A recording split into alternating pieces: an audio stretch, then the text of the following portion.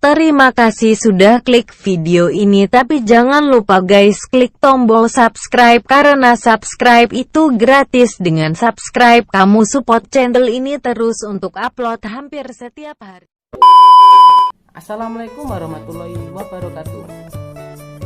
Di sini kami dari kelompok 6 mata kuliah perpajakan pada bank syariah yang akan menjelaskan materi tentang pajak PPN pada bank syariah.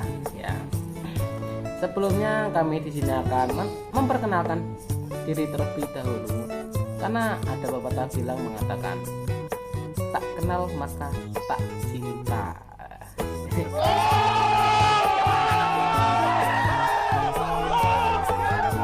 Yang pertama ada saya sendiri, Febri Hardianto, sebagai moderator dan pemateri keempat.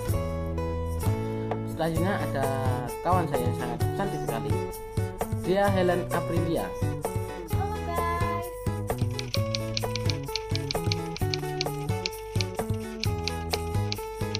Sebagai pemateri pertama.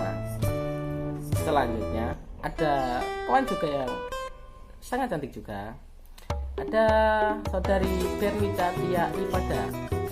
Halo guys.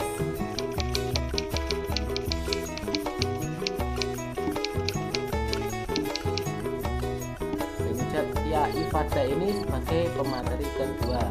Dan selanjutnya tidak kalah cantik juga, Shirley Margareta. Halo guys.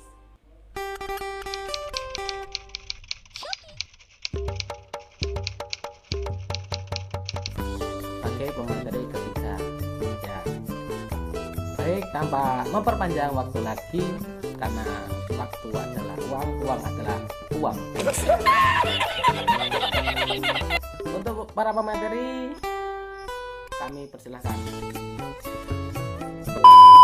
Hours later. Baik, saya Helen Aprilia Saputri. Saya sebagai pemateri 1. Di sini saya akan membacakan materi tentang pajak PPN pada bank syariah. Yang pertama yaitu pajak pertambahan nilai atau bisa disebut dengan PPN. Pajak pertambahan nilai atau PPN adalah pajak yang dikenakan atas konsumsi dalam negeri oleh wajib pajak orang pribadi, badan, dan pemerintahan. Dalam penerapannya, badan atau perorangan yang membayar pajak ini tidak diwajibkan untuk melaporkan langsung ke kas negara, melainkan lewat pihak pemotongan PPN. Pajak pertambahan nilai bersifat objektif, tidak kumulatif, dan merupakan pajak tidak langsung. Undang-undang PPN di Indonesia, adapun perubahan yang terjadi disebabkan karena adanya pergantian model pemungutan pajak dan peraturan perundang-undangan agar bisa lebih sederhana dan adil untuk masyarakat. Undang-undang PPN di Indonesia, adapun perubahan yang terjadi disebabkan karena adanya pergantian model pemungutan pajak dan peraturan perundang-undangan agar bisa lebih sederhana dan adil untuk masyarakat. Berikut adalah perubahan UU PPN di Indonesia. 1. Undang-Undang Nomor 8 Tahun 1983. 2. Undang-Undang Nomor 18 Tahun 2000. 3. Undang-Undang Nomor 42 Tahun 2009.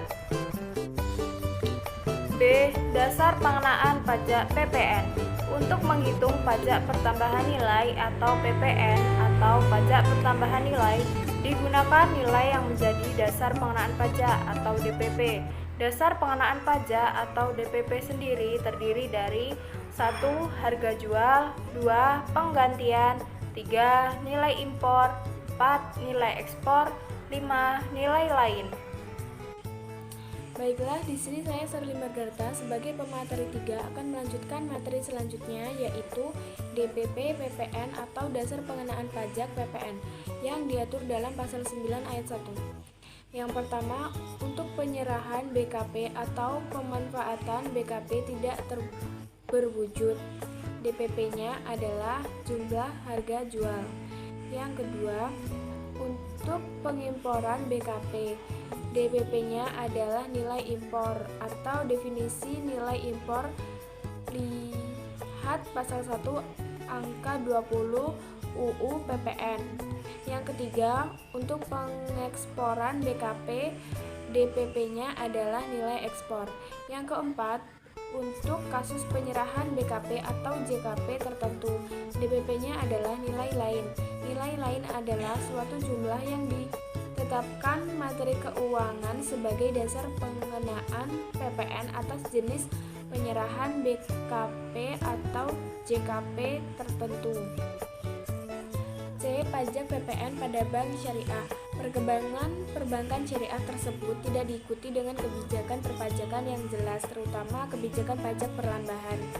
Nilai pemerintah memperlakukan transaksi perbankan syariah dengan landasan peraturan perpajakan yang masih bersifat umum. Salah satunya adalah pemerintah mengenakan pajak tambahan nilai atas transaksi dengan dasar akad jual beli syariah, yaitu murabahah, salam, dan istisna. Selanjutnya ada Undang-Undang PPN terbaru nomor 42 tahun 2009 yang berlaku mulai 1 April 2010 telah memberikan netralis dengan pengaturan perpajakan bagi keuangan syariah termasuk transaksi murabahah. Ya.